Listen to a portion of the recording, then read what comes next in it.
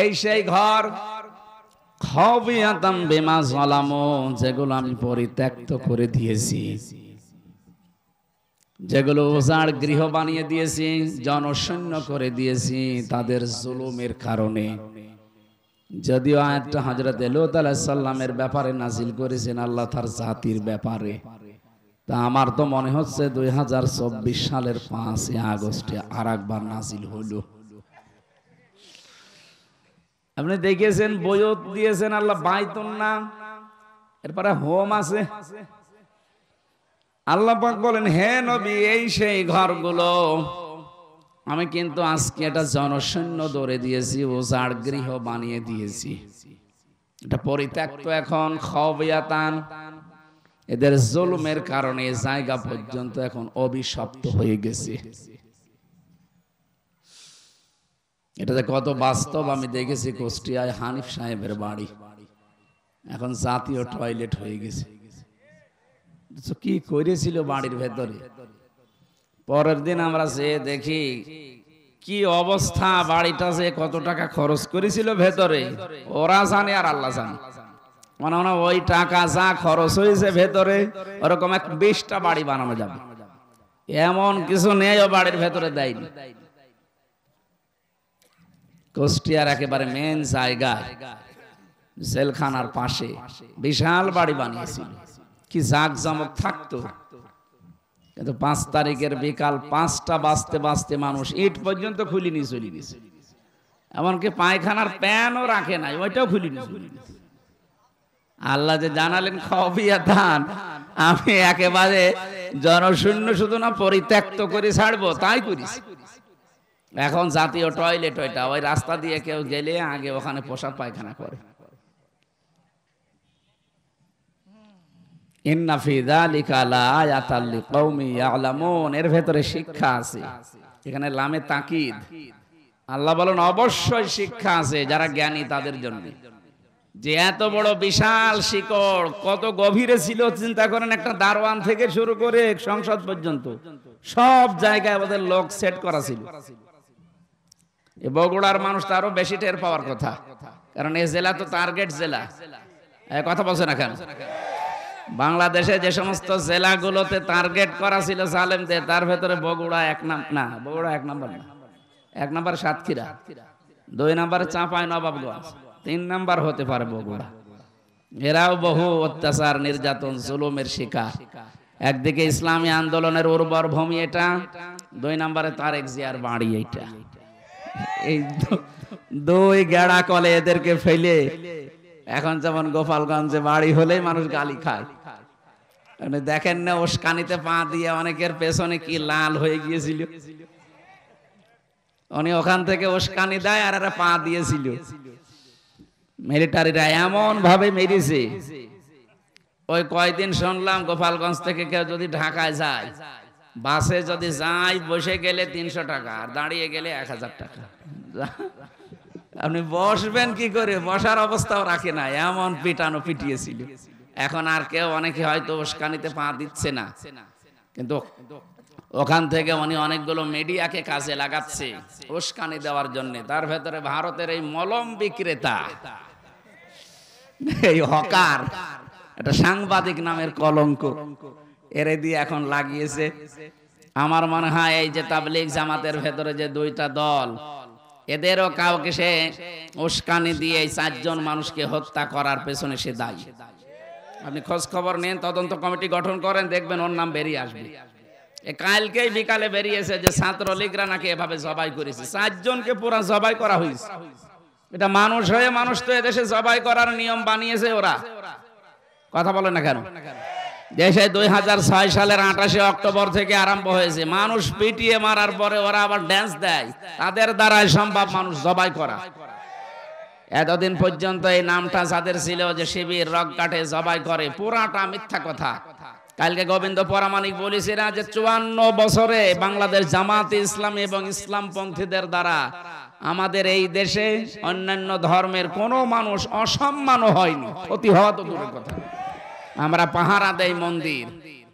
তো পৃথিবীতে এই মানবতার ধ্বজাধারী, গণতন্ত্রের ধ্বজাধারী বিশ্ব মানবতার শত্রু, এ আমাদের নিকৃষ্ট প্রতিবেশী এই ভারত। ওরা কালকেও মসজিদ ভেঙে ওখানে মন্দির বানানোর ঘোষণা দিয়েছে। বাংলাদেশে এমন রেকর্ড পাবেন কোনদিন যে একটা মন্দির ভেঙে আমরা মসজিদ বানিয়েছি? বলেন। কারণ এই শিক্ষা ইসলামে নেই। ওয়ালা তাসাব্বুল্লাযীনা ইয়াদউনা মিন দুনিল্লাহ, আল্লাহ তাআলা জানিয়েছেন, হে নবী, ওদের দেবতাকেও গালি দেবেন না, কারণ ওরা না বুঝে আবার আল্লাহকে গালি দিয়ে ফেলবে। যেখানে দেবতাকে গালি দেওয়া পর্যন্ত আমাদের ধর্মে নিষেধ। লা ইকরাহা ফিদ্দীন, আমাদের ধর্মে বাড়াবাড়ি ছাড়া মানে জোর জবরদস্তি নেই। আর সারা দুনিয়াকে ওরা এতদিন পর্যন্ত শোনাচ্ছে যে আমাদের দেশে সংখ্যালঘু নির্যাতন হয়। এখন হিন্দুরা পর্যন্ত, কালকেও 2টা মিডিয়া প্রচার করেছে, একটা পঞ্চগড়ের আর একটা মনে হয় বগুড়া নাকি মাগুরা। এই 2টা জেলার কথা ওই দেশে এখন প্রচার হচ্ছে যে এখানে হিন্দুদেরকে বাড়ি থেকে বের হওয়া নিষেধ, তাদের মেয়েদেরকে রেপ করা হচ্ছে, এইরকম উল্টাপাল্টা নিউজ ছড়াচ্ছে। এটা করাচ্ছে কে আমরা কিন্তু জানি। 2 বোন পালিয়ে বসে নেই, ওরা ষড়যন্ত্র করেছিল বহু, একটাও কাজে লাগে না, এখন এই হিন্দুদের কাজে লাগাচ্ছে। হিন্দু মা বোন এবং ভাইদেরও ধন্যবাদ, তারাও জানিয়েছে না, এই দেশে 5 তারিখের পর থেকে আমরা মনে হচ্ছে স্বর্গে আছি। আপনি আরো বেশি স্বর্গে থাকবেন, ইসলামটা আসতে দেন। এখনো পর্যন্ত ইসলাম না আসার কারণে যেগুলো হচ্ছে এইগুলো বন্ধ হবে ইনশাআল্লাহ।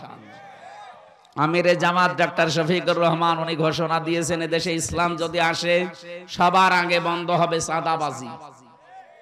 এটা যে কি মহামারী, অনেকে 5 তারিখের পর থেকে বুঝে হোক না বুঝে হোক আরম্ভ করেছিলেন, এটা বন্ধ হয়ে যাবে চিরতরে। আর দুর্নীতি, এই 2টার ঘোষণা পেয়েছি। যদি সত্যি ইসলাম আসে আর এই 2টা বন্ধ হয়ে যায়, বাংলাদেশ একটা মিনি জান্নাত হয়ে যাবে। এই কথা বলেন না কেন? যা আরম্ভ করেছে এই মানবতার শত্রুরা, ওরা খ্রিস্টানকেও ছাড়ে নাই। খ্রিস্টান মেয়েদের 2টা মেয়েকে উলঙ্গ করে ভারতে হাঁটিয়েছে। এটাকে আমি মানিয়ে বললাম? বলেন। এটা রেকর্ড হচ্ছে, সারা দুনিয়ায় ছড়াবে। সবচাইতে বেশি আমার তাফসির মাহফিল গুলো কলকাতায় চলে। আমি তো বহু এরিয়া ঘুরেছি ওদের। ও দাদারা খুব ভালো করে শোনে। শুনে যে মলম আছে, পকেট থেকে মলম বের করে, চুলকানির মলম। আমার মনে হয় ওর সব জায়গায় চুলকানি আছে, ওরে দেওয়া দরকার এই দেশের হিজড়াদের কাছে, জায়গা মতো চুলকানি দাও। কথা বলছেন না কেন? পৃথিবীর যে 6 জনের তালিকা আছে মানুষ হত্যার দায়ে, তার ভেতরে পাশের রাষ্ট্রের যে দায়িত্বে আছে ওনার নামটা আছে, আর যে পালিয়েছে ওনার নামও আছে। আমাদের স্বাধীনতা দিবসে যে ঘোষণাটা দিল, আমরা মর্মাহত, আমরা অন্তরে আমরা খুব বেশি কষ্ট পেয়েছি। স্বাধীন করলাম আমরা, ওরা বলছে আমরা করে দিয়েছি। বলেন নাউজুবিল্লাহি মিন যালিক। এই রাষ্ট্রের মানুষ যারা দায়িত্বে আছে উগ্রপন্থী সবাই না, এরা যে মিথ্যা কথা বলে আজ বিশ্ব মিডিয়ায় প্রচার হয়ে যাচ্ছে। ট্রাম্প পর্যন্ত এখন রেগে গেছে। গতকালকে ট্রাম্পের ঘোষণা শোনেননি? 16 লাখ ভারতীয় আছে আমেরিকায়, এদের সব নাগরিকত্ব বাতিল করে পাঠিয়ে দেবে। আমাদের ব্যবসা বাণিজ্য তো আমরা অলরেডি বন্ধ করে দিয়েছি, এখন ওদের আলু পেঁয়াজ সব বর্ডারে পৌঁছতেছে। পাগল হয়ে যাবেন আপনি, কারণ আপনি আল্লাহর ঘর মসজিদে হাত দিয়েছেন। কথা বলেন না কেন? 200 কোটি মুসলমানের কলিজায় তো আগুন দিয়েছে, 250 কোটি খ্রিস্টানের কলিজায়ও আগুন দিয়েছে এই উগ্রপন্থী এই হিন্দুরা। খ্রিস্টান মেয়েদের উলঙ্গ করে রাস্তায় হাঁটায়, তারা বসে থাকবে? ট্রাম্প কি খ্রিস্টান না? কথা বলেন না কেন? সে তো জাতে মাতাল হলো, অন্তত তাহলে ঠিক আছে। সে জানে না যে আমার মা, আমার বোন, আমার মেয়েকে উলঙ্গ করে হাঁটায়, দাঁড়া, তোর 16 লাখ পাঠিয়ে দিচ্ছি, দেখ কি করে, সিড়ে খাবে। ও পাগল হয়ে মরবে, আমার মনে হচ্ছে ও পাগল হয়ে মরবে। আর যাদেরকে লাগিয়েছে এরা তো ডবল পাগল। এরা এখন কক্সবাজার, চট্টগ্রাম, বান্দরবন, খাগড়াছড়ি, রাঙ্গামাটি নিয়ে নেবে। বলছে এগুলো নিলে আমাদের ব্যবসা নাকি ভালো হবে, ঘুরে আসা লাগবে না। আরে দাদা, আপনি কি যৌতুক নেবেন? আর মেয়ে তো পালিয়ে গেছে, কিসের যৌতুক? ও মেয়ের বিয়েই তো আমরা মানি না। ও মেয়ের বিয়ে মানেন আপনারা? না, তারপরও যার সাথে গেছে, যে স্বামী স্ত্রীর সম্পর্ক এতদিন বলতো, যার সাথে গেছে ওর সাথে বিয়ে দিয়ে যায় যাস, কারণ ওর ফুল হাতা আর আমাদের আমাদের হাফ হাতা না। আর ওর কি, ও দাদা এখন যদি হাফ হাতা না হয়, ও দাদার সাথে বিয়ে দেওয়া যায় যাচ্ছে। আর দাদার যে বয়স, ও সাদা মুসলমানের দিতে গেলে গোড়া থেকে কেটে বাদ দিয়ে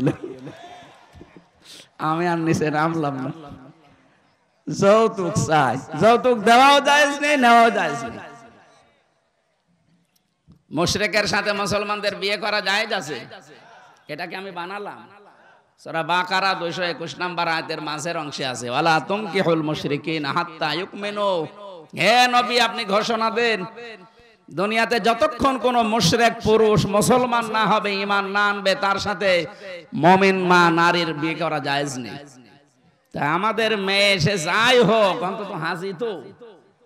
আর একটা সমস্যা আছে, কথা বললে মিথ্যা কথা বলে, বলো, কিন্তু হাজি মানুষ কথা বলছে না কেন? হাজি সাহেবের সাথে আপনি একেবারে ফুল হাতা বিয়ে করবেন, কিসের বিয়ে?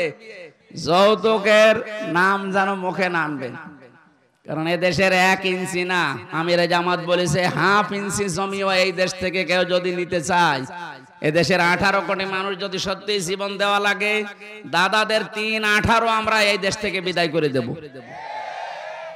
আমাদের কিচ্ছু নেই, কিন্তু আমাদের ঈমান আছে। কথা বলে না কেন? আল্লাহ রাব্বুল আলামিন যে জমিনটা আমাদের উপহার দিয়েছেন, এই জমিনে তার রং, বিশেষ করে কোরআনের যে নিয়ম নীতিগুলো আছে, এগুলো যদি সত্যিই প্রতিষ্ঠিত হয়ে যায়, আপনি সত্যিই দুনিয়াতে একটা মিনি জান্নাতে বাস করতে পারবেন। এই বাংলাদেশের কোনো সমস্যা নেই, সমস্যা শুধু ওরা তৈরি করার জন্য কিছু লেজউড রেখে গেছে, এদের সমস্যা। এই দাদাদের কোন রাষ্ট্রের সাথে মিল নেই। আপনি আশপাশে যতগুলো প্রতিবেশী আছে আপনি তাকান, বিশ্ব মানবতা যারা আছে, বিশ্বের মোড়ল, তারা দেখছে না? ওদের পাকিস্তানের সাথে মিল নেই, চীনের সাথে মিল নেই, নেপালের সাথে মিল নেই, ভুটানের সাথে মিল নেই, মায়ানমারে মিল নেই, আফগানিস্তানের সাথে একটা চিকন বর্ডার আছে, এই বর্ডারের সাথে মিল নেই। আমাদের সাথেও ছিল না, শুধু ছিল এই নতজানু হওয়ার কারণে। এখন যে মানুষ দাঁড়ানো শিখেছে, এখন আমাদের সাথেও মিল নেই। আমরা আহ্বান জানাচ্ছি, বয়কট করা যখন আরম্ভ হয়েছে ব্যক্তিগত কারণে না, ওরা যেহেতু আল্লাহর ঘর ভাঙে, এজন্য মান আহাব্বা লিল্লাহ, যাকে ভালোবাসলে আমরা আল্লাহর জন্য বাসি, ওয়া আবগাদা লিল্লাহ, কারো সাথে ঘৃণা করলে কার জন্য করি? বলেন বলেন। সুতরাং আপনারা আল্লাহর ঘরগুলো ভাঙছেন, মন্দির আছে এই ভুয়া ধোয়া তুলে। এখন যদি বলি যে ঢাকা স্বামীবাগে ইসকন মন্দির, 500 বছর আগে এখানে মসজিদ ছিল, কি করবেন বলেন? এদেশের একটা মন্দিরও থাকবে? বিশ্বে তো কোন জায়গায় হিন্দুর সংখ্যা বেশি নেই, পিটিয়ে সোজা করে ফেলবে। বিশ্বে 1 নম্বরে জাতিতে আছে খ্রিস্টান, তাদের মেয়েকে আপনারা উলঙ্গ করে হাঁটান। বারবার বলছি এই কারণে, কারণ এটা সামাম দুনিয়ায় ছড়িয়ে যাক। এই মানবতার নামে শত্রু এরা।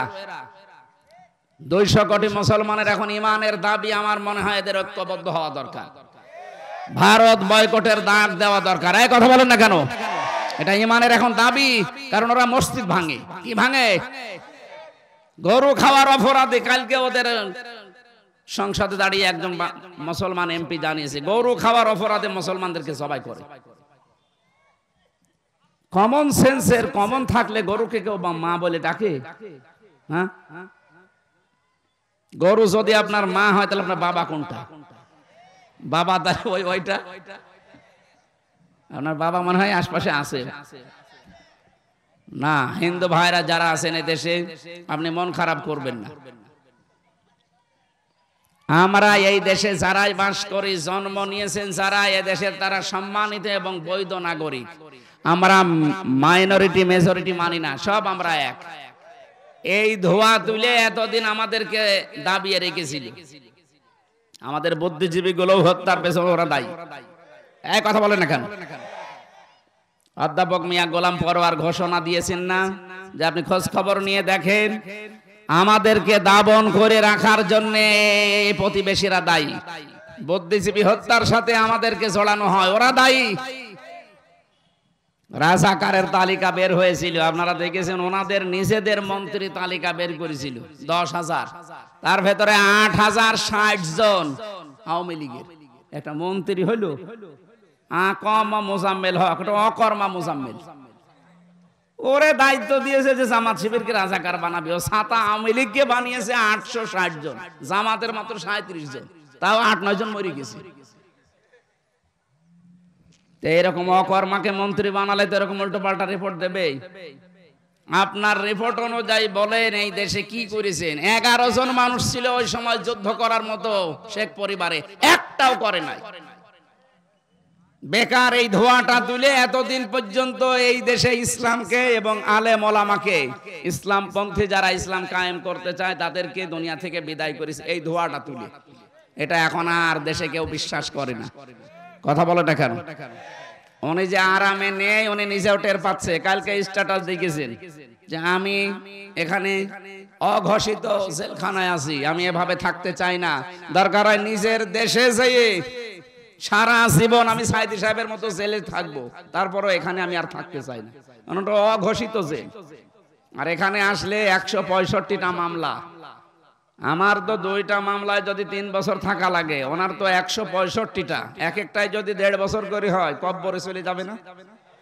দরকার হয় আবার জীবিত হবে, আবার কব্বরে যাবে, তাও সাজা শেষ হবে না।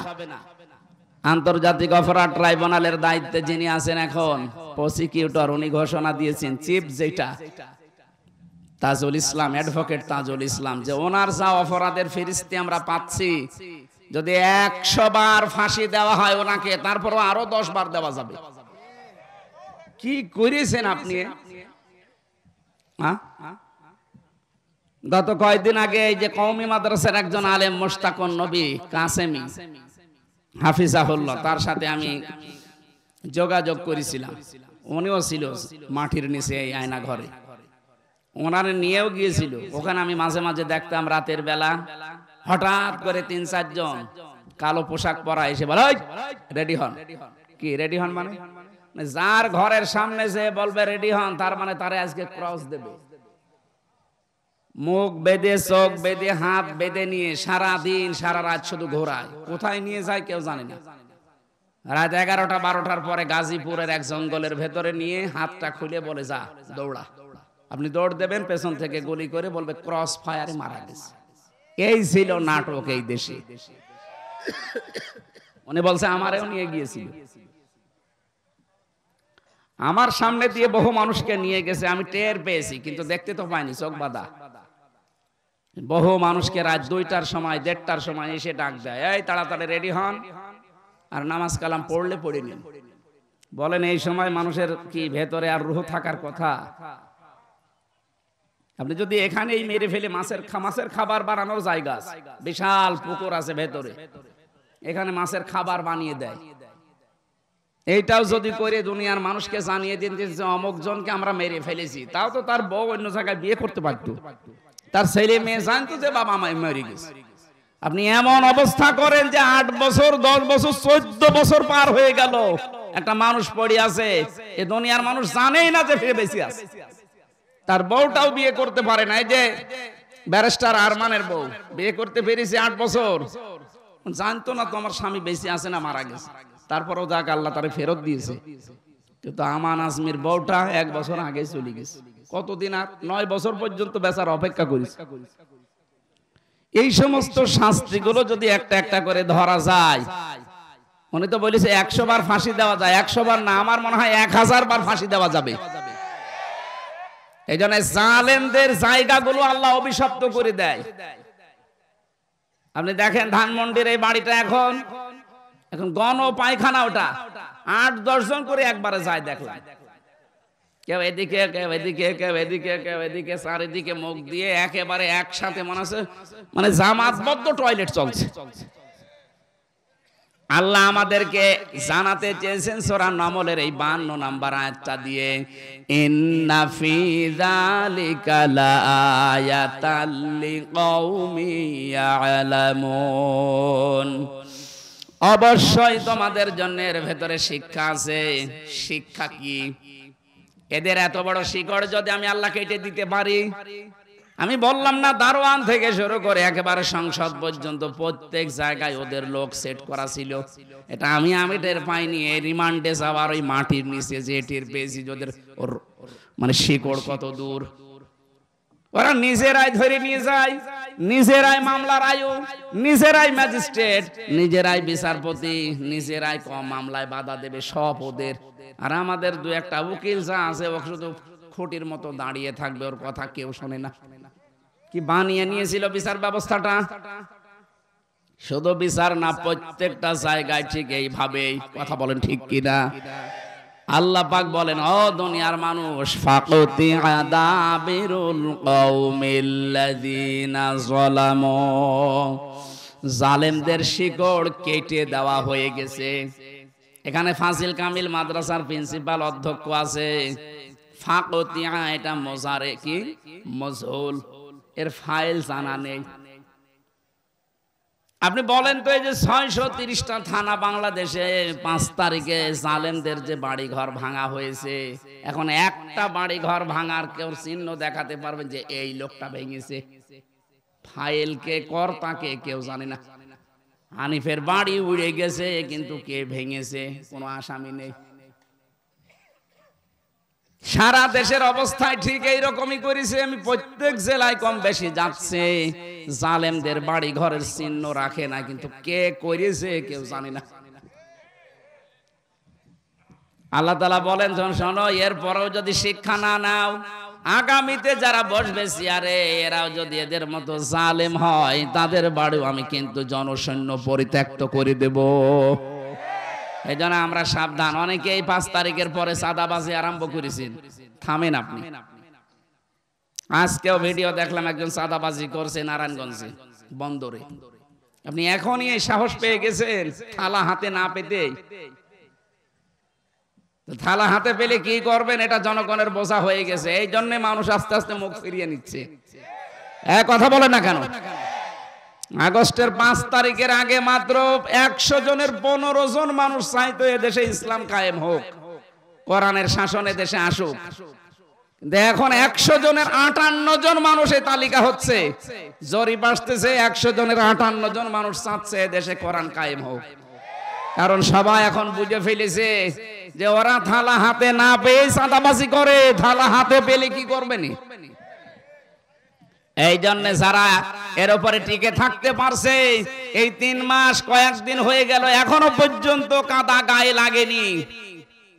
কি কথা বলেন না কেন? আমরা পারতাম না? এ মানুষগুলো পারতো না চাঁদাবাজি করতে?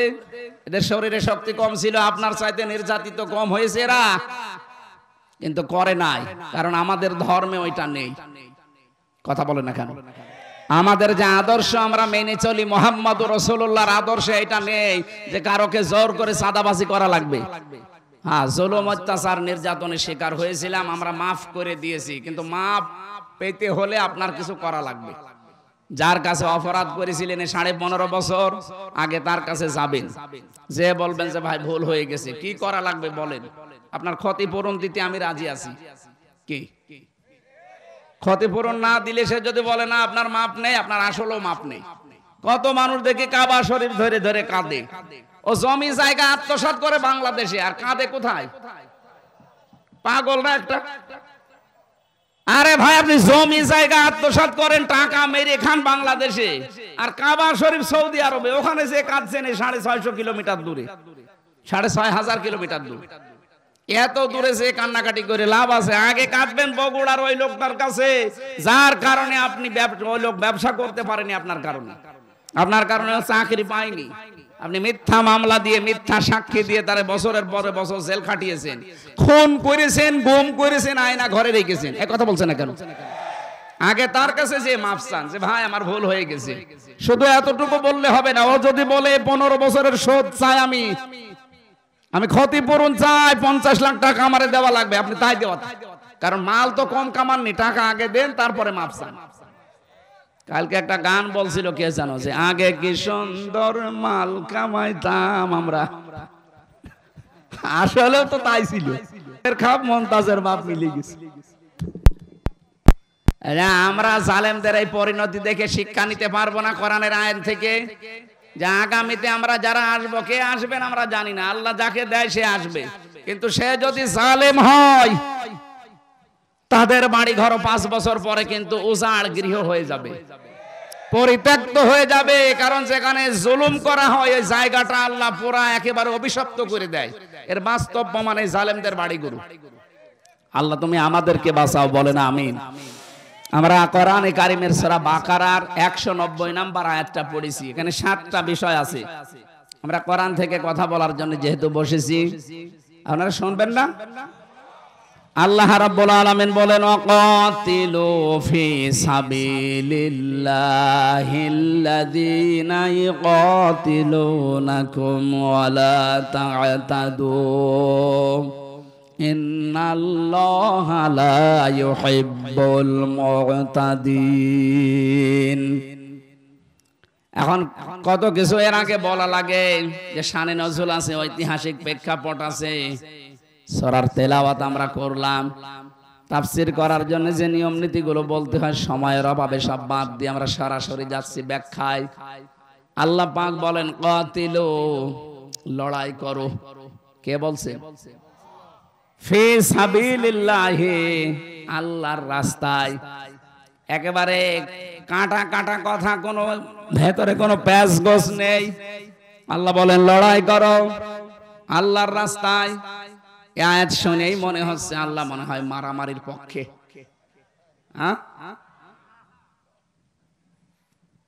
কোরআনে কারিমে সূরা আনফালের ভেতরে আছে, নবীজিকে আল্লাহ জানিয়েছেন। সূরা আনফালের এটা 17 নম্বর আয়াত সম্ভবত। রব্বুল আলামিন নবীজিকে জানিয়েছেন, ফালাম তাকতুলুহুম ওয়ালাকিন্নাল্লাহা কাতালাহুম। হে নবী, আপনি তাদেরকে হত্যা করেননি, হত্যা করেছি আমি আল্লাহ নিজে তাদেরকে।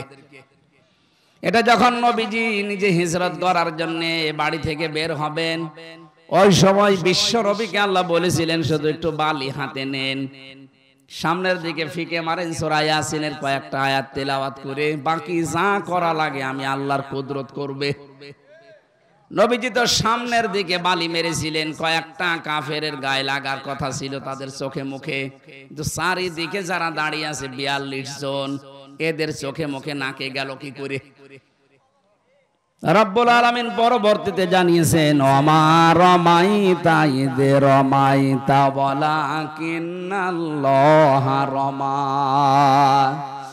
হে নবী, আপনি শুধু বালি নিক্ষেপ করেছিলেন, এতটুকুই আপনার কাজ শেষ, বাকি যা করার আপনি কিছুই করেননি। ওইটা আমার জিবরাইল সঙ্গে সঙ্গে হাতে নিয়ে নেয়, প্রত্যেকটা কাফেরের চোখে মুখের ভেতরে এটা দিয়ে দেয়, ওরা হাত ডলতে থাকে, চোখ ডলতে থাকে, মাঝখান থেকে আপনাকে আমি আল্লাহ বের করে দেই।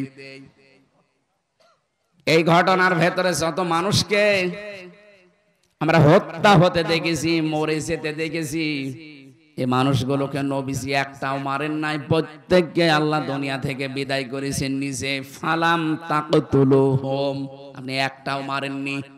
ওয়ালাকিন্নাল্লাহা কাতালাহুম, বরং আল্লাহ তাদেরকে হত্যা করেছে। এই শব্দটা শুনলে অনেকে আজ খারাপ মনে করে, ইসলাম তাহলে মারামারি কাটাকাটি হত্যা। আরে ভাই, ইসলামের নিয়মগুলো আল্লাহ বুঝে শুনেই দিয়েছেন। কারণ মানুষের যা চরিত্র, এই যে 4 জন মানুষকে ছাত্রলীগ যদি সত্যিই মেরে ফেলে, এখনো তো তদন্ত হয়নি, যেহেতু বলতেছে সাতপন্থী যারা, তারা যে ছাত্রলীগকে ভাড়া করে আমাদেরকে জবাই করা হয়েছে, এটা যদি সত্যি প্রমাণ হয়ে যায়, এই খুনিদেরকে আপনি শুধু ওয়াজ করে জীবনও বিরত রাখতে পারবেন না। এদেরকে যদি থামাতে হয়, আমার মনে হয় এদেরকেও ঠিক ওইভাবেই জবাই করা লাগবে। ওরা 4 জন মেরেছে, ওদের 8 জনকে জবাই করে দেন জনসম্মুখে, দেখবেন এমনি টাইট হয়ে যাবে। কারণ এমনিতে ওরা নিষিদ্ধ। এখন কথা বলছে না কেন? ওরা নিষিদ্ধ না, রাস্তাঘাটে পেলে কিন্তু মানুষ পিটাবে।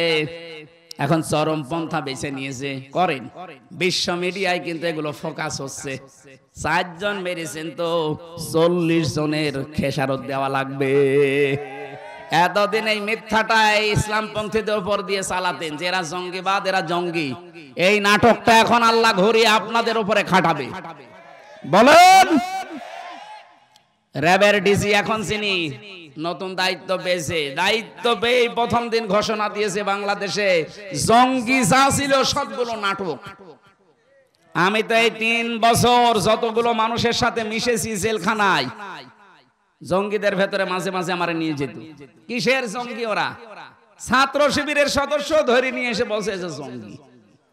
এখন নেন ঠেলা, একটা নিরপরাধ মানুষের উপরে দোষ চাপিয়ে দিয়েছিলেন, আমা ইয়াকসিব খতিয়াতান আও ইসমান সুম্মা ইয়ারমি বিহি বারিয়ান ফাকাদ ইহতামালা বুহতানা ওয়া ইসমাম মুবিনা। সূরা নিসার 113 নম্বর আয়াত। কোন মানুষ যদি নিজে অন্যায় করে আর অন্যায়টা নিরপরাধ একটা মানুষের উপরে চাপিয়ে তাকে কালার করে দেয়, বিপদে ফেলে দেয়, আল্লাহ পাক বলেন ও যেন প্রকাশ্য পাপের বোঝা বহন করে নিয়ে বেড়ায়। ওরা যে আজ প্রকাশ্য পাপের বোঝা, ওরা যে খুনি, ওরা যে গণহত্যাকারী, সারা দুনিয়া এখন জানতেছে। এই মিথ্যা তহমতটা আমাদের উপরে এতদিন দিয়ে চালিয়েছে। আমার নামেও জঙ্গি মামলা দিয়ে 3 বছর আটকিয়ে রাখলো। এখন নেন আপনার নামে, এখন আসলটা চলছে। কথা বলেন না কেন? এই জন্য ইসলামের ঔষধ গুলো আল্লাহ বানিয়েছে ঠিক ওই কায়দায়, যেখানে যেরকম দরকার ঔষধ ওখানে ওই রকম পাওয়ারফুল দেওয়া লাগে। এখানে আমি 100 পাওয়ার ঔষধ লাগবে, 10 পাওয়ারে দিলে হবে? সুতরাং হত্যার পক্ষে আল্লাহ না, কিন্তু বাস্তবতা ঠিক রাখতে হলে মাঝে মাঝে এরকম ঔষধ দেওয়া লাগে। আমার মনে হয় বাংলাদেশ এখন শান্ত করার জন্য যারা এই 4 জন তাবলীগ জামাতের মানুষকে হত্যা করলো, এদের খুঁজে ওইভাবেই জবাই করা দরকার। কারণ আল্লাহ তো আর হত্যার বিপক্ষে না, আইন দিয়েছে এই সংশোধনের জন্য। আর আমরা চাচ্ছি এই দেশটা সংশোধন হোক নাকি? যে 9টা বিষয় ছিল বৈষম্য বিরোধী ছাত্র আন্দোলনে, তাদের এইটাও ছিল যে আমরা সংস্কার চাই, আমরা সংশোধন চাই। যে সংশোধন তো করতে চাচ্ছি, আপনি যা করেছেন উল্টিয়ে ওইটা যদি আপনার পক্ষে বিপক্ষে কাজে লাগানো যায়, ঠিক আপনি টাইট হয়ে যাবেন। আমরা চাচ্ছি খুব তাড়াতাড়ি এই 4টা মানুষ হত্যার বিচার করা হোক, খুব তাড়াতাড়ি। এই কথা বলে না কেন? সে যাকেই মেরেছেন মানুষ তো সে, কেন আপনি তাকে হত্যা করবেন ঘুমন্ত মানুষকে?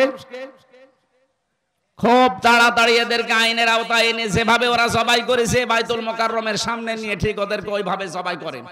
সারা দেশ এই অবৈধ হত্যা বন্ধ হয়ে যাবে। এইটা আজ করা হয়নি, এই কারণেই 53 বছর কোন খুনের বিচার আমরা পাইনি। বিনা কারণে আল্লামা সাঈদীকে আপনি ঔষধ দিয়ে মেরে ফেললেন। লোকটাকে নিয়ে গেলেন, বললেন যে চিকিৎসা করা হবে, কত আনন্দে বের হচ্ছিল। আপনি ধোঁকা দিয়ে বোকা বানিয়ে তাকে ইনজেকশনের মাধ্যমে দুনিয়া থেকে বিদায় করে দিলেন। আপনার খুনি। রিমান্ডে আমারে যখন জিজ্ঞাসা করছে, আপনি স্ট্যাটাস দিয়েছিলেন যে পৃথিবীতে এক প্রধানমন্ত্রী আছে খুনি, কেন বললেন? হ্যাঁ, দুনিয়াতে তো 257টা রাষ্ট্র, পৃথিবীর কোন কোন প্রধানমন্ত্রী আছে খুনি। কোন প্রধানমন্ত্রী খুনি আমরা জানি না? আপনি তো জানেননি, আমার জিজ্ঞাসা করছেন মানে? আমি যাই বলেছি, ভাই আমি তো এই দেশের প্রধানমন্ত্রীর নাম উল্লেখ করিনি যে উনি খুনি। না, কোন দেশের প্রধানমন্ত্রী খুনি আমরা জানি।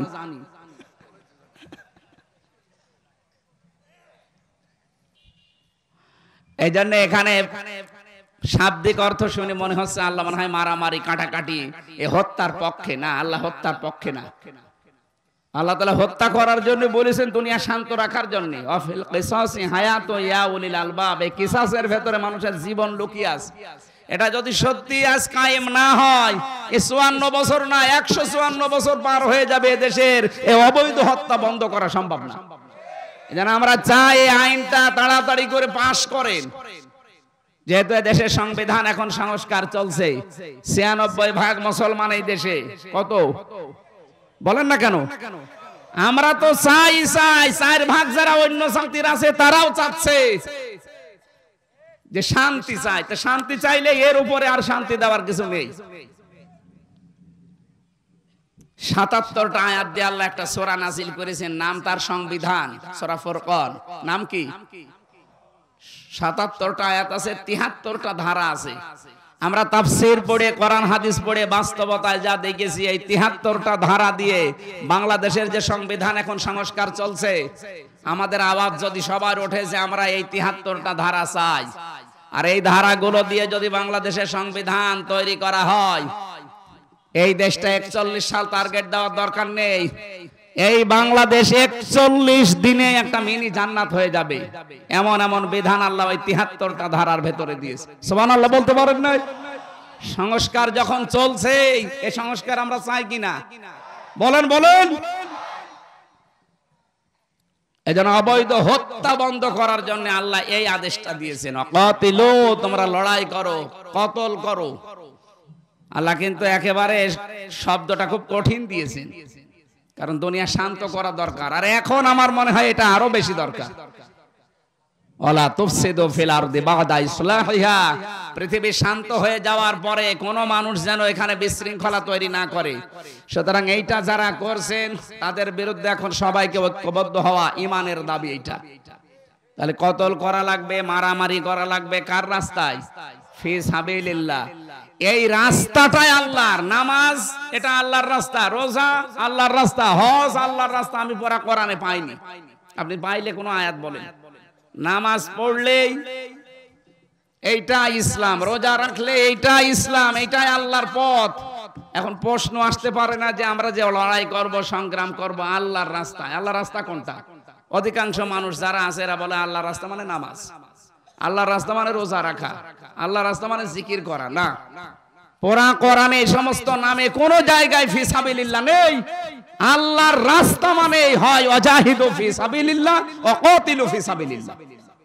আল্লাহ এইটাই চায় যে আমার রাস্তায় জিহাদ হবে, আমার রাস্তায় কতল হবে, এইটাই আমার রাস্তা।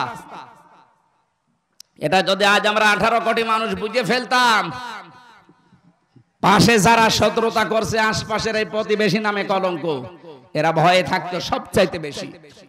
আমি ওদের যত প্রদেশ ঘুরেছি, ওদের ভেতরে সবচাইতে বেশি ভয় মরণের। ওয়ালা তাজিদান্নাহুম আহরাসান নাসি আলা হায়াতি ওয়া মিনাল্লাযিনা আশরাকু। সূরা বাকারার ভেতরে আল্লাহ বলেন, হে নবী, লামে তাকিদ নুনে সাকিলা, অবশ্যই আপনি দেখতে পাবেন এই পৃথিবীতে সবচাইতে বেশি জীবনকে ভালোবাসে মুশরিকরা। কারা? ওদেরকে একটু ভয় ধরিয়ে দিয়েছেন, এখন ভাই না, দাদা না, বাবা ডাকতেছে। ওরা নিজেরাই বলেছিল যে ভিসা দেব না চিকিৎসার জন্য।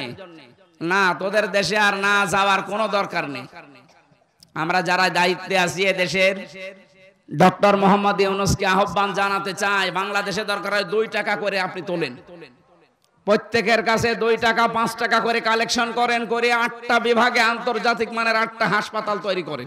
যেভাবেই হোক, দরকার হয় তুরস্কের কাছে, পাকিস্তানের কাছে, চীনের কাছে আপনি ধার নেন, কিছু ঋণ নিয়ে, ধার নিয়ে এই 8টা বিভাগে 8টা আন্তর্জাতিক মানের হাসপাতাল বানিয়ে দেন।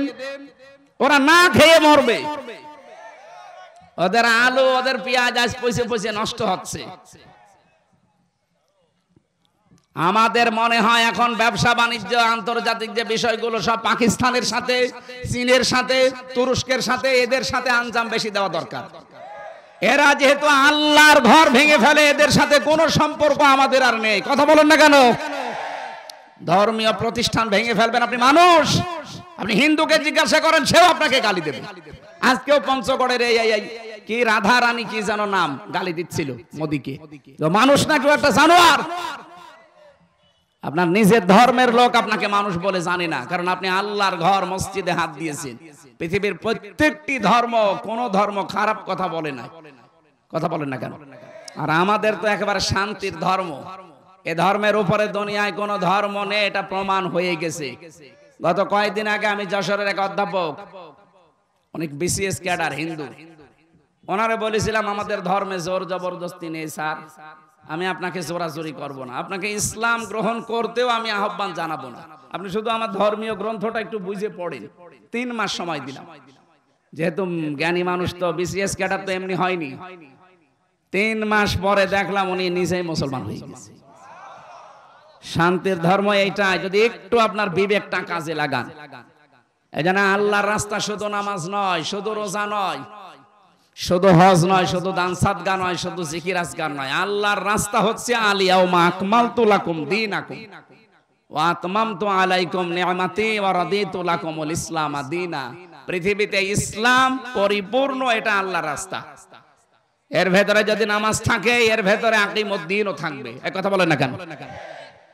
এই যে আমার বাড়ি মনে করেন, এই বাড়িটা আমার, এখানে আমি 5 তলা বিল্ডিং এর মালিক, সবগুলো ভাড়া দিয়ে দিয়েছি। আমার বউ ছেলে মেয়ে একতলায় থাকে। এখন যদি শাহাবুদ্দিন সাহেব এসে বলে এখানে বাড়ি ঘর যারই হোক, এখানে নিয়ম নীতি আমার চলবে, এমনকি আপনার বউ ছেলে মেয়ে আমার কথায় উঠবে বসবে, উনি যত বড় লোক হোক ওনার কথা মানা টাইম আছে আমার? কথা বলে না কেন? বাস্তবতা এইটা। একটা ঘরের মালিক আমি, উনি বাইরের লোক এসে আমার কথা, ওনার কথা শোনার মতো টাইম আমার নেই, তাও বড় মানুষ। আল্লাহ বলেন আলা আলাহুল খালকু ওয়াল আমরু, এই জমিন আমার, এখানে আইনও চলবে আমার। ইনিল হুকমু ইল্লা লিল্লাহ, বানিয়েছি আমি, এখানে বিধান দেওয়ার মালিককে। সেইটা বাদ দিয়ে যদি দুনিয়ার কারো বিধান এখানে চালু করার চেষ্টা করেন, আল্লাহ মেনে নেবে? এই জন্য তো আল্লাহ মানে না। এই জন্য আমাদের উচিত হবে, আমার ঘরে যেমন শাহাবুদ্দিন সাহেবের বিধান নিয়ম নীতি চলে না, আল্লাহর এই দুনিয়া এই জমিনে আল্লাহ বাদে কোনো মানুষের তৈরি করা আইন চলবে না। এটা অনেকে দুনিয়ার কাজ মনে করে এড়িয়ে যান, না, এইটাই আসল কাজ। ওয়াকাতিলু ফি সাবিলিল্লাহ, এইটার জন্য যদি কতল করা লাগে, মারামারি করা লাগে, মিছিল মিটিং করা লাগে, দল করা লাগে, যদি রায় দেওয়া লাগে, সব আমি এইটার জন্য করব। কিন্তু পরের শব্দে আল্লাহ দিয়েছেন ওয়াকাতিলু ফি সাবিলিল্লাহিল্লাযীনা ইউকাতিলুনাকুম ওয়া লা তা'তাদু। কিন্তু সাবধান, এই কাজ করতে যে তোমরা সীমা লঙ্ঘন করবা না। কি করবা না? এই বিষয়টা সামনে নিয়ে আসা লাগবে আমাদের। আর এইটা সামনে আছে, এই জন্য আমি কোরআন হাত দিয়ে বলছি, জামাত শিবির আর জামাত ইসলামী ছাত্রী সংস্থা, এই তিনটার ভেতরে এইটা আছে, এরা সীমা লঙ্ঘন করে না। এই কারণে আল্লাহ এদের কাজ উপরে তুলে দিচ্ছে। আপনাদেরকে আহ্বান জানাচ্ছি, যারা বিভিন্ন রাজনৈতিক দলে আছে, সীমা লঙ্ঘন বন্ধ করেন ভাই। নিজের ব্যক্তিগত জীবন থেকে শুরু করে সব জায়গায় সীমা লঙ্ঘন বন্ধ করেন, আপনাকেও আল্লাহ পরিচিত করে দেবে, আপনাকেও আল্লাহ মানুষের কাছে গ্রহণযোগ্যতা বাড়িয়ে দেবে। ইন্নাল্লাহা লা ইউহিব্বুল মুতাদিন, অবশ্যই আমি আল্লাহ সীমা লঙ্ঘন যারা করে তাদেরকে পছন্দ করি না, ভালোবাসি না। আল্লাহ যদি ভালো না বাসে, দুনিয়ার মানুষের ভেতরে ভালোবাসা পয়দা হবে? এই জন্য জোর করে যারা ছিল, মানুষও পছন্দ করে নাই, আল্লাহও পছন্দ করে না। যেন আমরা জানো অনেকে আবার জোর করার চেষ্টায় আছেন, আপনি থামবেন। আমার কিন্তু চোখ শুধু দেখলেই বুঝি যে বাস্তবতা কি। অনেকে এখনো পর্যন্ত লেগে আছেন যে আমরা যেভাবেই হোক যাবো। আপনি কি করবেন? সে জোর করেছে, কি হয় দেখলেন না? জোর করেছে হয়তো টিকে থাকা যায়, কিন্তু বিদায় নেওয়ার সময় কুকুরের চাইতেও লাঞ্ছিত হয়ে আল্লাহ বিদায় দেয়। এইটাই কোরআনের কথা। ইন্নামা নুমলি লাহুম লিয়াজদাদু ইসমা ওয়া লাহুম আযাবুম মুহিন। মানুষের পাপ যখন খাপের খাপ পরিপূর্ণ হয়ে যায়, তখন আল্লাহ অপমানজনক শাস্তি তাকে দেয়। এই দুনিয়াতে বহু মানুষ জোর করে টিকে থাকার চেষ্টা যারা চালিয়েছে, তাদেরকে আল্লাহ জাতির সামনে ঘৃণিত, নিন্দিত এগুলো বানিয়ে দিয়েছে। হাজ্জাজ বিন ইউসুফের নাম শোনেননি? এও জালেম ছিল। মন্ত্রী পরিষদ এসে একদিন বলছে, বাদশাহ আপনার জন্য বাইরে আমরা যেতে পারি না। আপনাকে তো গালি দেয়, আমাদেরকেও গালি দেয়। এই 15.5 বছরে তাই হয়নি? এই কথা বলেন না কেন? ও বলছে আমারে গালি দেয় কে, আমি দেখবো। রাস্তায় গেছে ছদ্মবেশ নিয়ে, গ্রাম্য এক লোকের সাথে দেখা। ওই বেটা বাচ্চা হাজ্জাজ বিন ইউসুফ, লোকটা কেমন? ওই ও তো জালেম, ও জালেম, ও জালেমের বাচ্চা জালেম। যেই বারবার জালেম বলে, ওর মেজাজ খারাপ হয়ে গেছে। ডাক দিয়ে বলছে, বেটা আমারে চেনো? না, আমি সে হাজ্জাজ বিন ইউসুফ। ও মনে মনে ভাবে, আল্লাহ আমার তো আজকে মাথা থাকবে না। ডাক দিয়ে বলছে, বাদশাহ আপনি আমারে চেনেন? না তো, আমি এই গ্রামের ওই লোক যার মাসে 2 দিন মাথা খারাপ হয়, আজকে তার পয়লা দিন। তোর মাসে 2 দিন মাথা খারাপ হয়, আজকে প্রথম দিন, তার মানে আর একদিন হবে। পাগল, ওই দিন পাগল বইলে বেঁচে গিয়েছে, তাছাড়া বাঁচার কথা ছিল। আমরা এই 15.5 বছরে পাগল বইলেই বেঁচে ছিলাম। এক কথা বলছে, জোর করে থাকা যায় না ভাই। এখনো যারা এই ধান্দায় আছেন যে থাকবো, যা হয় হবে, কিচ্ছু পারবেন না। কারণ সে সিস্টেম এখন পাল্টিয়ে গেছে। তত্ত্বাবধায়ক সরকার আবার আসতেছে। কি আপনি দেখেননি কালকের পেপার? আবার ঘুরে আসতেছে। আগামীতে কেউ যেন 5 বছর জুলুম করে আবার টিকে থাকবে, ভয়ে ভয়ে থাকা লাগবে। আল্লাহ রাব্বুল আলামিন 7 প্রকার মানুষকে তিনি পছন্দ করেন না, তার ভেতরে প্রথম নম্বরে যারা সীমা লঙ্ঘন দুনিয়ায় করে, সেই জান্নাত থেকে শুরু হয়েছে। সীমা লঙ্ঘন করলে আল্লাহ পাক তাকে শাস্তি দিয়েছে। আমাদের আদি পিতামাতা সীমা লঙ্ঘন করেছিল, গাছের কাছে যাওয়া নিষেধ ছিল, গিয়েছিল, সীমা লঙ্ঘন, আল্লাহ দুনিয়াতে পাঠিয়ে শাস্তি দিচ্ছে। হযরতে মুসা আলাইহিস সালাম এমনিতে রাগী নবী ছিলেন। একদিন ডাক দিয়ে বলছে, বাবা, রূহের মানে ওই যে মেরাজে যাওয়ার সময় দুই নবীকে কথোপকথন করেছিল। কয়েকটা বর্ণনা তাফসিরে আছে, এই বর্ণনাটাই সঠিক। ডাক দিয়ে বলছে, আব্বাসান, আপনি কোন কারণে এই গন্ধম গাছের কাছে মাকে নিয়ে গেলেন আর ফল খেলেন? যদি ফল না খেতেন তাহলে তো আর এই দুনিয়ার এই সংসার বিক্ষুব্ধ পৃথিবীতে আমাদের আশা লাগতো না, এই ঝামেলার দুনিয়ায় ফেরাউন আমাকে খালি তাড়িয়ে নিয়ে বেড়ায়। হযরত আদম আলাইহিস সালাম বলেছিলেন, বেটা, যদি ফল না খেতাম তো তোমরাও তো হইতে না। আমি ফল খেয়েছিলাম, অন্তত তোমরা দুনিয়ায় এসেছো, আবার কাজকর্ম করো, এরপরে আবার যে আমাদের আসল বাড়ি, ওই বাড়ি ফেরত যাবে। কিন্তু আমাদের সীমা লঙ্ঘন যদি দুনিয়ায় আসার পরও আবার হয়, ওই যে বাড়ি থেকে আসলাম ওই বাড়ি আর ফেরত যাওয়া হবে না, আর একটা বাড়ি আছে, জেলখানা। সুতরাং ওই বাড়িতে যেন আমাদের যাওয়া না লাগে। জেলখানা দুনিয়ারটাই যেরকম দেখলাম, আল্লাহটা না জানি কত কঠিন। আল্লাহটা কঠিন হবে না? আল্লাহ তাআলা বলেন, লা ইয়ামুতু ফিহা ওয়ালা ইয়াহইয়া, এমন জাহান্নাম বানিয়েছি, মরবেও না, বাঁচবেও না। এজন্য প্রথম নম্বরে আল্লাহর ঘৃণিত বান্দা তারা যারা সীমা লঙ্ঘন করে। আজকে থেকে কোনো কাজে যেন আমরা সীমা লঙ্ঘন না করি। আল্লাহ আমাদের তৌফিক দিন এই আমলটা করার, বলেন আমিন। আমরা যারা জেনা ব্যভিচারে আছি, প্রশ্ন আসতে পারে, জেনা ব্যভিচার আমার জীবনে নেই। হ্যাঁ, আমি জানি, কিন্তু আপনার চোখের জেনা, আপনার মুখের জেনা, আপনার হাতের জেনা, পায়ের জেনা, কলবের জেনা, এগুলো হচ্ছে। এই দেশটাতে এখনো যেহেতু ইসলামী পর্দা কায়েম হয়নি, এই জন্য হচ্ছে।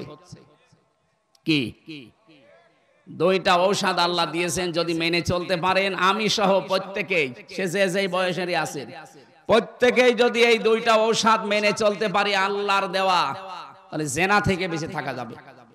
15 দিন মাত্র আমল করেন। আজ যারা পরকীয়া প্রেমী আছেন, নিজের স্ত্রী বাদ দিয়ে অন্যের সাথে লাইন করেন, এটাও বন্ধ হয়ে যাবে। নিজের স্ত্রী বাদ দিয়ে অন্যের সাথে যারা লাইন করে, নিজের স্বামী বাদ দিয়ে অন্যের সাথে যারা লাইনে আছে, এমনি না, এটা কারণ আছে। কারণ স্বামীর কাছ থেকে, স্ত্রীর কাছ থেকে ওই রেসপন্স পায় না, তখনও বাধ্য হয়ে আলাদা রাস্তায় যায়। অথচ নিজের স্ত্রী বাদ দিয়ে, ইল্লা আলা আজওয়াজিহিম আও মা মালাকাত আইমানুহুম ফাইন্নাহুম গায়রু মালুমিন, নিজের স্ত্রী বাদ দিয়ে অন্য কোন মহিলা কামনা করাই জায়েজ নেই, করাই জায়েজ নেই। সেখানে আমরা পরকীয়া প্রেমে অনেকে আসক্ত, এখানে মনে হয় নেই। কারা কারা করছেন হাত তোলেন তো। না, এ জেলায় থাকে, এ জেলায় সব আল্লাহর ওলি বাস করে, জেলায় নেই, অন্য জেলায় থাকতে পারে, এই জন্য বলছি। যারা নিজের স্ত্রীর প্রতি আজ আকর্ষণ হয় না, অন্যকে দেখলেই ভালো লাগে, তাদের জন্য বলছি 15 দিন আমল করবেন। এটা সূরা নূর 30 নম্বর আয়াত। অকুল্লিল মুমিনিনা ইয়াগুদ্দু মিন আবসারিহিম ওয়া ইয়াহফাযু ফুরুজাহুম যালিকা আযকা লাহুম। আল্লাহ পাক বলেন, হে মুমিন পুরুষেরা, পরনারী দেখলেই তোমরা চক্ষু নিম্নগামী করবা। কে বলছে? বলেন বলেন। এটা প্রথম ঔষধ। শুধু 14 জন পুরুষ মানুষ, 14 জন পুরুষ মহিলা বাদ দিয়ে, 14 জন মহিলা বাদ দিয়ে যদি আপনি দুনিয়ায় যত মহিলা আছে, এই মহিলাগুলোর দিকে তাকাতে গেলে অবশ্যই আপনাকে চক্ষু নিম্নগামী করে ফেলা লাগবে। এই যে রাস্তাঘাটে হাঁটতেছে, ওই 14 জন মহিলার ভেতরে বা 14 জন পুরুষের ভেতরে যদি ওটা না পড়ে, আমি মিলিয়েছিলাম তাফসীর থেকে,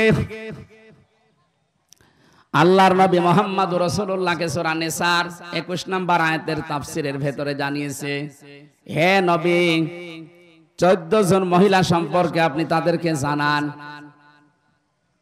নিজের মা, নিজের বোন, নিজের মেয়ে, নিজের পুত্রবধূ, ভাইয়ের মেয়ে, বোনের মেয়ে, এরকম 14 জনের তালিকা সূরা নিসার ভেতরে আছে।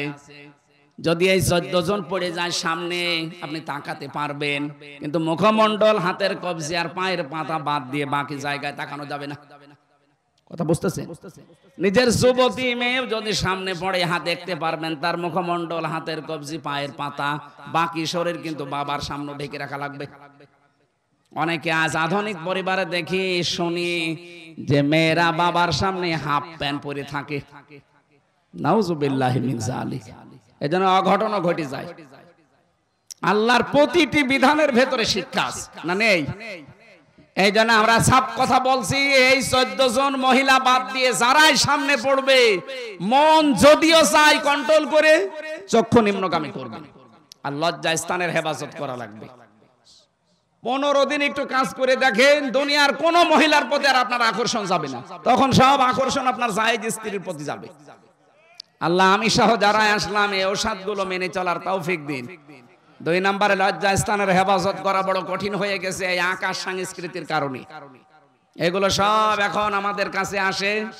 এই জায়গায় যে কত কঠিন নিজেকে কন্ট্রোল করার, বিশেষ করে যুবক মানুষ যারা, আমি সহ যারাই আছি, আমাকে সহ আল্লাহ প্রত্যেককে যেন নিজের পক্ষ থেকে সাহায্য করে এই জেনা থেকে বাঁচার তৌফিক দেন। আমিন, আল্লাহুম্মা আমিন। লা ইলাহা ইল্লা আনতা সুবহানাকা ইন্নাজ জালিমিন। আল্লাহ তাআলা এখনই নামাজ হবে জোহরের, এজন্য আমরা শেষ করে দিয়েছি। যেভাবে আরম্ভ করেছিলাম আমার যদি কয়েক ঘন্টা আমরা চলতাম কেউ চলে যেত না। কোরআনে কারিম শোনার জন্য, বোঝার জন্য মানুষগুলো এত পাগল হয়ে আছে। আল্লাহ তাআলা মেহেরবানি করে আয়াতের প্রথম শিক্ষা, জীবনের সীমা লঙ্ঘন থেকে আমাদেরকে বাঁচাও। রব্বুল আলামিন, দেশটা তুমি স্বাধীন করে দিলে, এই দেশটাতে তোমার কোরআনের আইনও জারি করে দাও। তোমার বান্দা বান্দীদের মন দিল তোমার আইনের দিকে ঝুঁকিয়ে দাও। যারা চেষ্টা চালাচ্ছে এই দেশে কোরআনের আইন কায়েম করার জন্য, তাদের তুমি হামে ও নাসির হয়ে যাও।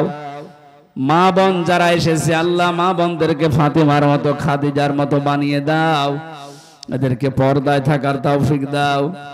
এই মাদ্রাসাটা যিনি প্রতিষ্ঠা করেছিলেন শহীদ আল্লামা দেলাওয়ার হোসাইন সাইদি রহমতুল্লাহ আলাইহি, আল্লাহ এই মাদ্রাসার কারণেই তাকে তুমি মাফ করে দাও। তার কবরটা জান্নাতুল ফেরদাউস বানাও। যত মানুষ এখানে লেখাপড়া করে এদের মেধা স্মৃতি খুলে দাও। এদের কোরআনের আয়াত পড়ার সওয়াবগুলো শহীদ আল্লামা দেলাওয়ার হোসাইন সাইদি রহমতুল্লাহ আলাইহির কবরে পৌঁছিয়ে দাও।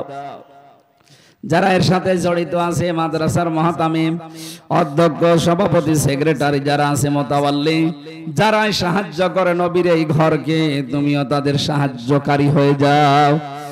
আমি সহ যারা আমরা অসুস্থ আছি প্রত্যেকেই শেফায়ে কামিলা আজেলা নসিব করো।